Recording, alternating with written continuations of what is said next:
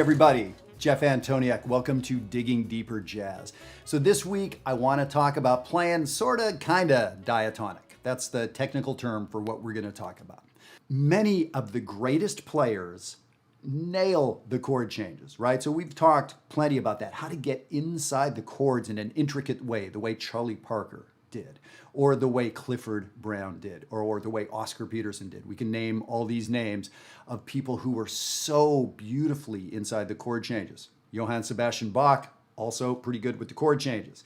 Okay, so, but there's also this way to do things that are over the chord changes. And we may say that it is a more melodic approach. So now today I'm talking about sorta-kinda. So I want to show you a fantastic device, a lick. I associate with Sonny Stitt, but I know Charlie Parker before him used it, and I know Coltrane after him, and so many people. So I want to sort of show you this lick. It's a great lick. Yeah, you can learn it and play the lick, but I want you to understand this bigger concept. Always with the Digging Deeper videos, there's, you know, sort of a bigger concept aside from me just giving you the lick of the week. To me, that's not very interesting.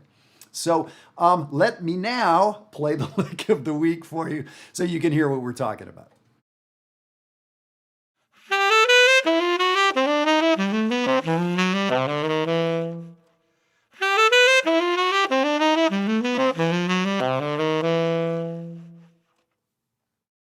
That is a pretty great eighth note run.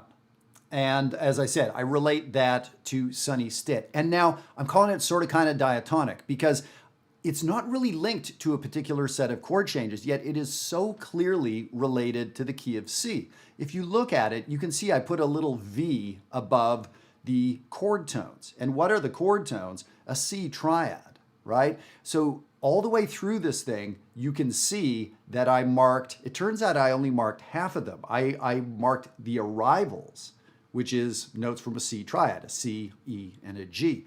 But the departure notes, the lowest note in every four-note grouping, is also a chord tone. So it turns out that in every measure, 4/8 of those notes are chord tones. And 4/8, that's a big percentage. That's like 30 or 40% if I'm not mistaken. So yeah, this is extremely diatonic, right? It's sort of in the key of C, but it's extremely not diatonic because there's all these notes that do not belong in the key of C.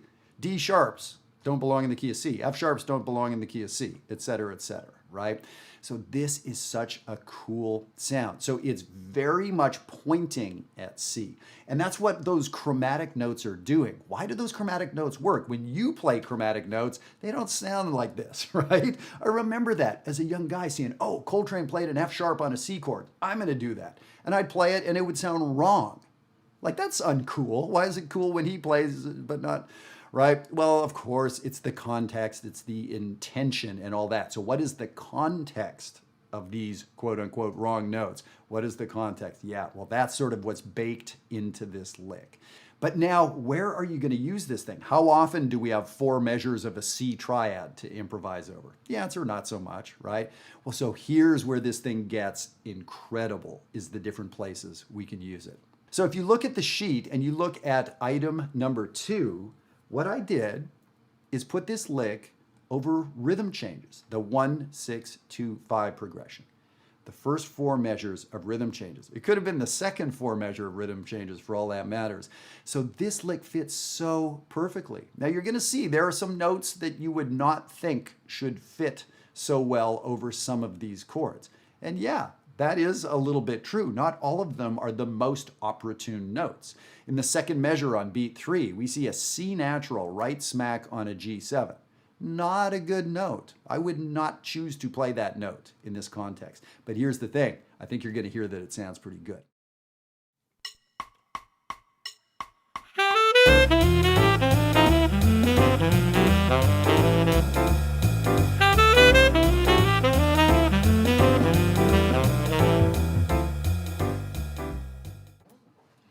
So what do you think? Did that sound pretty bad?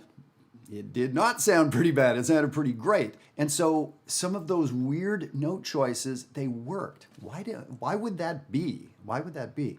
Well, so I was not thinking about any of those chords. So I was not addressing the chord changes like I so often am asking you to do. Inside Jazzwire, that's a big assignment a lot of the time. Nail these chords. So this is an approach that is sorta-kinda diatonic. So what it is these changes are in the key of C, more or less. This lick is in the key of C, more or less. And so here's the thing. Those chords in the key of C have a real logic to them, and they sound nice to our ears. Well, this melody has a real logic. It's related in some ways, but not related in other ways. But the logic of the melody, it is so strong. This pattern is so strong. The way I'm, alternating black and white tiles on a floor. The pattern is so strong that we don't, there's no question about which tile should go where next. It's so clear to us, right? So yeah, that's kind of what's going on here. So let me do this. I'm going to loop the first A section. So there's extra chords that happen after this if you know rhythm changes. I'm going to keep doing this lick over a couple A sections of rhythm changes. And now, of course, I run out of saxophone at some point. I can only play so high and so low. So I'll just start readjusting or playing up and down through this pattern, but I'm only using this pattern the whole way through. Check it out.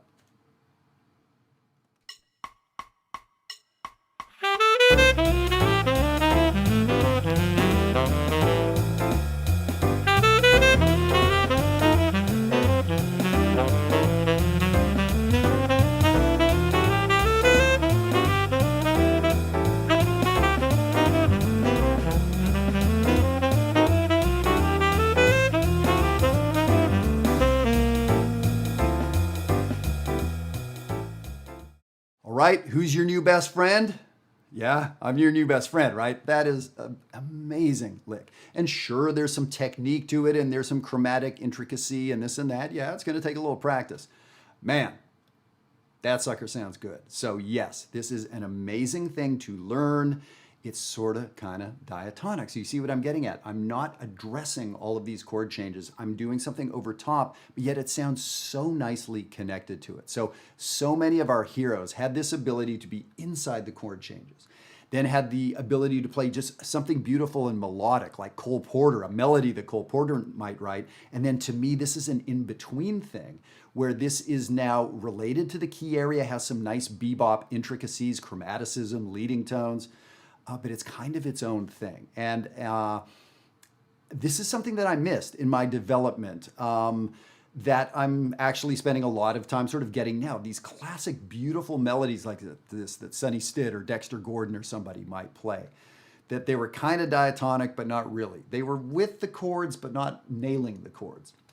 Really, really good stuff. So the last example I want to play for you here is over a different set of chord changes. It's really the same chords, but slowed down. So these are the first four measures of Have You Met Miss Jones? So it is a different set of chords. And the thing is, I could put 10 other sets of chords here that this thing sounds good over. So just another example of a song that you may play or you may know of, and you can hear what this sounds like. Check it out.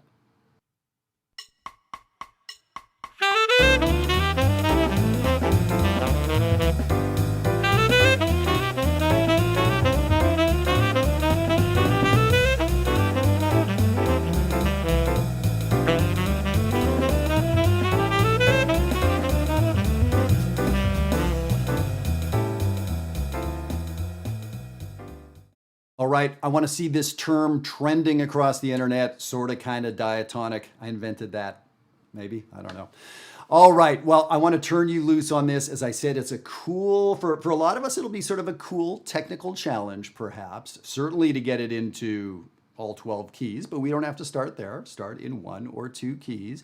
Get this under your fingers, and then just this overriding concept that we can be really, really playing some great intricate bebop that doesn't have to be with chord tones and thirds and sevenths necessarily. Now we do want to learn that, but this is a great way to go. And there's so much good work that goes on inside Jazzwire that now is a great time to be welcoming people in. So please share what we're doing with other musicians you know who may be displaced, who don't have an opportunity to learn or to play or to share this music.